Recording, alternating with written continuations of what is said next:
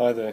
I recently blogged about the simplicity and the ruggedness of the Clouser minnow, and I was explaining how, after a lot of experimentation, I decided to research the actually tried and tested, proven flies that are the go-to flies for all seasoned anglers, especially in this case any predatory species, predominantly saltwater, but I'm sure in certain freshwater conditions, i.e. for the largemouth bass or the tigerfish in Africa, they would be extremely effective as well.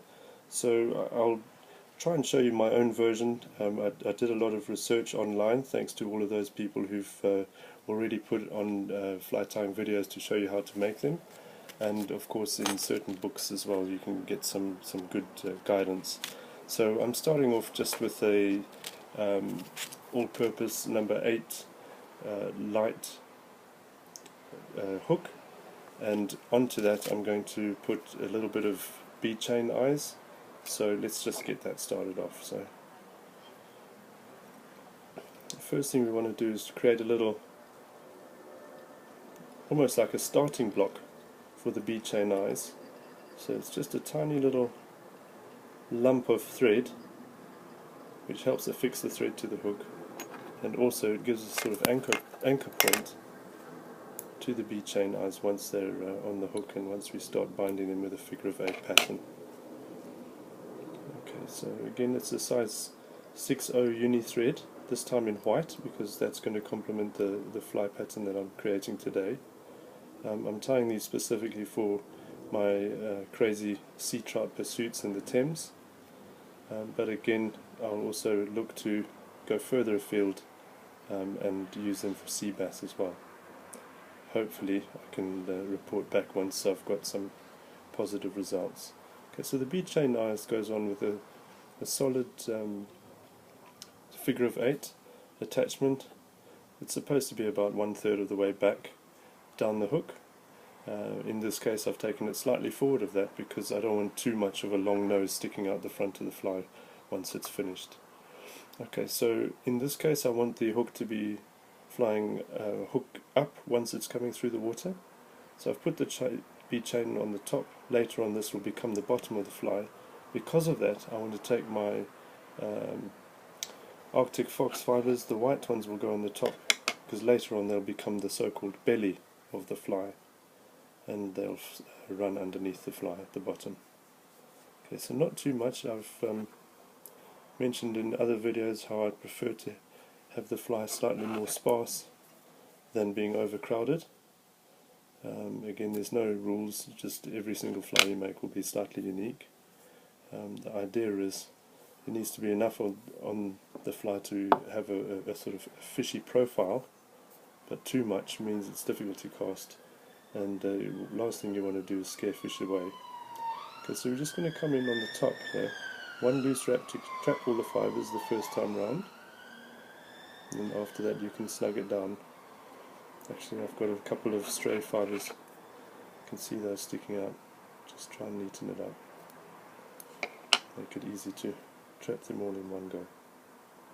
Okay, so one loose wrap snugs them down, and then the idea is to go all the way forward right to the tip, trap everything in, and start forming what's going to become a very neat head at the front. So again, I'll take the thread goes underneath the bead chain eyes to cross over, and I'm going to go about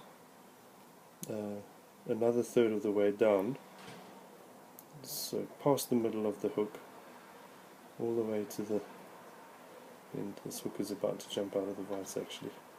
Let's just reposition it nicely, clamp it down nice and tight, that's better. Okay, so the whole purpose of coming quite far down the hook is to make sure that the long fibres don't eventually get hooked up. Remember, if you've been following my blog, you'll mention that I did this thing called the foxy bait fish.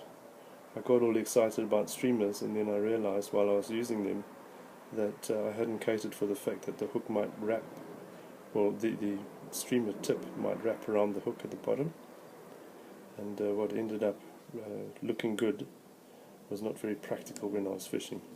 Okay, so that's the top part of the fly, which will become the belly now. So I'm going to turn everything over and reposition the hook again in the vise, this time in the position that I want it to be when I'm fishing. This will become the normal position, which actually is very useful because it makes it pretty, it helps prevent hookups if the tip of the hook is pointing upwards. Alright, so the next phase is to put in some flash. Now I've got a choice here. I can either go with some, I've got crystal mirror flash in blue. If you remember why I mentioned again in my blog, the sea trout seem to have a penchant for blue, especially when they've just come in from the sea, so it's a bit late in the season now. I'm still going to take my chances. And the other choice I have is to perhaps go with some flashaboo. And this is tinsel flash. Again, I love the way it picks up the light in the water. And last weekend when I was fishing, I actually foul hooked a small bait fish, which was exactly the same size as my fly. And the colours on the bait fish at the time are very closely mimicked by this flashaboo. So I'm going to take one strand of each. There they are. They are slightly different in property, but both of them reflect the light very well. I'm going to double them over, and then I'm going to attach them to the fly in such a way that we should have quite a lot of flash in there by the time I'm done. Again, good thing we've got scissors, because I can tidy everything up once I've got everything on the hook. The idea is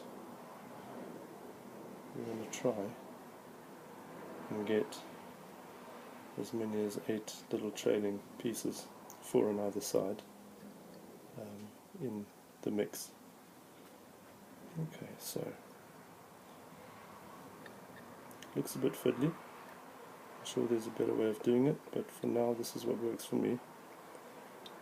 I'm going to go 2 or 3 over in one way, wrap it so it's got an X wrap, or a figure of 8, so I'll go 3 the other way.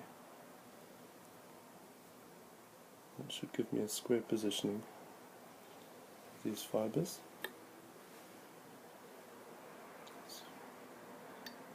So I went 3 in one direction, 3 in the other direction, and that should be enough to keep everything nice and strong on the hook.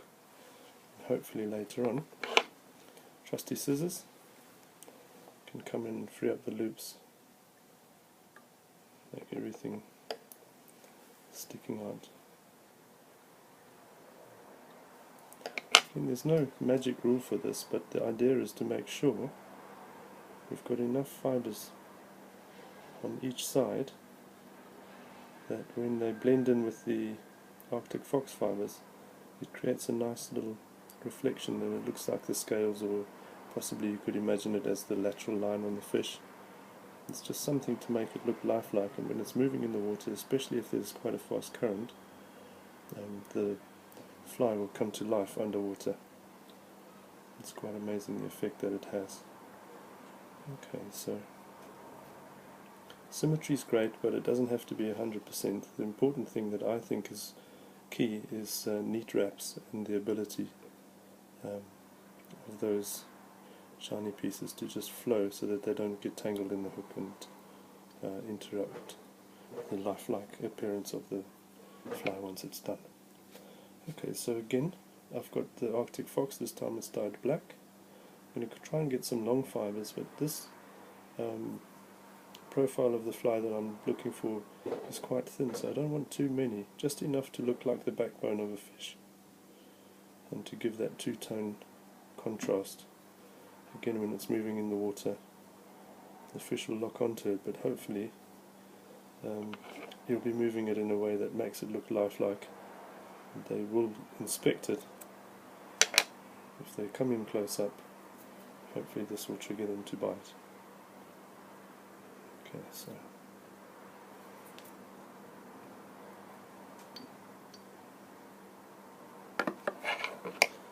some more errant fibres sticking out this time. I've clip them off in advance. One very loose wrap to trap everything in. I can tighten it down, and the whole idea is to try and get some neat wraps. The white thread on the black will show me exactly what's been covered and what needs to be covered, and once I'm done it should all be nicely tied down. Okay, we want half the fibres on either side of the hook when it's flowing in a straight line. So I've taken a bit of time there. I'm going to go underneath again, around, and literally split the fibres down the middle. And I'm going to wrap back to the same distance down the hook as I did for the first half, the white part of the fly. Okay, when I come back I'm going to make sure that I wrap so that there's no gaps. It's going to give me a white body to the fly, and I'm making sure that I pull it nice and tight.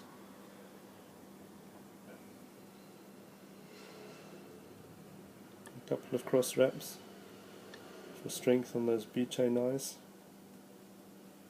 Just make it nice and firm.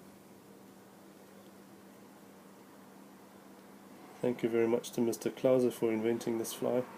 It has caught literally millions of fish over the various decades that it's been in use, and it's an absolute joy to create this fly.